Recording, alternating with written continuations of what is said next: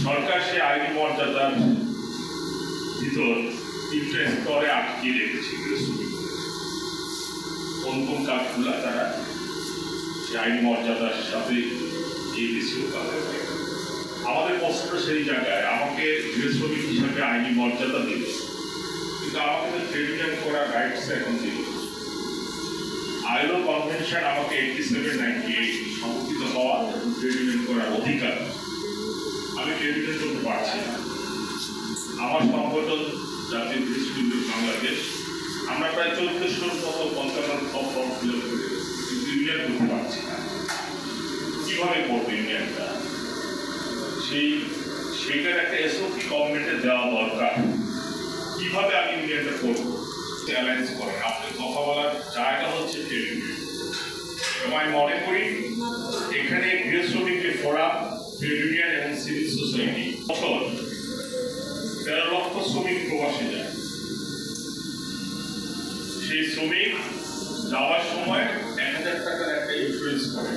এটা হলো লিগেল, যারা বিএপির মাধ্যমে যায়, সরকারি বিএপি 1000 টাকা দিয়ে একটা ইন্স্যুরেন্স করে, আর 3500 টাকা এককালীন একটা টাকা সরকারকে দেয়। বছরে 450 কোটি টাকা এখানে জমা হয়, কিন্তু সেই টাকার হিসাব আমরা পাই না, কোথায় ব্যবহার করা হয়।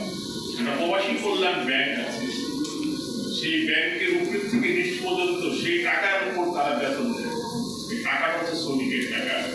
প্রবাসী কল্যাণ ব্যাংকে 95% টাকা হচ্ছে শ্রমিকের টাকা, 5% হচ্ছে সরকারের টাকা।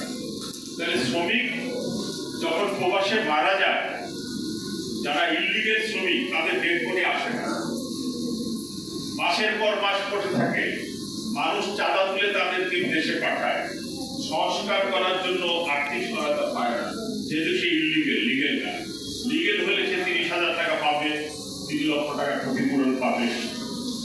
এই কারণে আমরা এই চাপটা দিয়েছি সরকারের কাছে যে তাদেরকে লিগেলিটি করার জন্য।